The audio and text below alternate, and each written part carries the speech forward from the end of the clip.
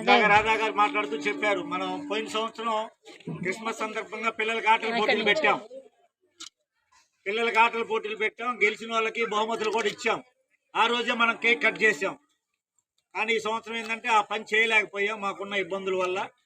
అందుకోసమని మనం anganwadi union, ASHA workers union, municipal workers union అంటే సిఐటియుగా కార్మికులకు సంబంధించి కార్మికుల సమస్యల మీద, వాళ్ళ జీతాలకు సంబంధించి కానివ్వండి, వాళ్ళ పని భద్రతకు సంబంధించి రకరకాలుగా ఆందోళన చేస్తూ ఉంటాం. ఆ ఆందోళనలో భాగంగా సిఐటియు యూనియన్ అందుకోసం సిఐటిగా ముందుగా క్రిస్మస్ శుభాకాంక్షలు చెప్తూ ఇక్కడ కేక్ కట్ చేయాలనుకున్నాం. యేసు ప్రభువు కూడా మీ అందరికి తెలుసు, పెద్దలకు కూడా తెలుసు. యేసు ప్రభు ఎవరి కోసం సిలువేయబడ్డాడు? మన కోసం, పేదల కోసం, బానిసల కోసం. ఆ రోజుల్లో మనకున్న హక్కులు కూడా, ఇప్పుడున్న హక్కులు కూడా ఆ రోజుల్లో ప్రజలకు లేవు. అంటే ఈ రోజు 8 గంటలు పని చేస్తున్నాం, 9 గంటలు పని చేస్తున్నాం, 10 గంటలు పని చేస్తున్నాం, ఇంత జీతం తీసుకుంటున్నాం. కానీ యేసు ప్రభు సిలువేయబడినప్పటికీ ఒక జీతం అని అడగటం కానీ, ఒక కుటుంబ వ్యవస్థ కానీ ఇవన్నీ ఏమి లేవు. రాజు ఎంత ఇస్తే అంత తీసుకోవటం, ఆయన ఏది పెడితే అది తినటం మాత్రమే అప్పటికి ఉండేది.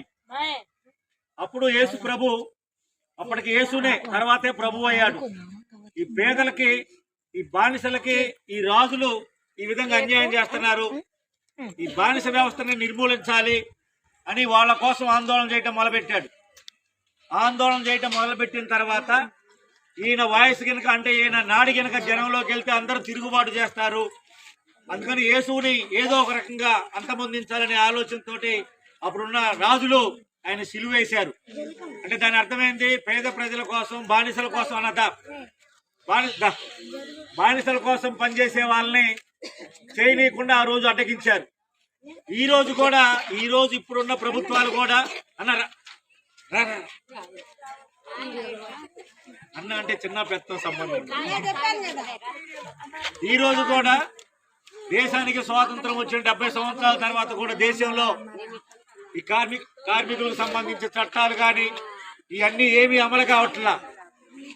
బీజేపీ ప్రభుత్వం అధికారంలోకి వచ్చిన తర్వాత కార్మిక చట్టాలు మొత్తం మార్చేస్తుంది. 8 గంటల పని విధానాన్ని తీసుకెళ్లి 12 గంటలు పని చేయాలంటున్నారు. మహిళలు రాత్రిపూట పని చేయడానికి వీల్లేదని చెప్తున్నారు.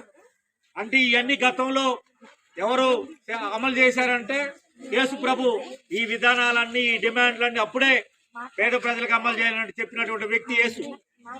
కాలక్రమేణా ఆయన దేవుడిగా మారాడు. అందుకని ఆయన పుట్టినరోజు ముందుగా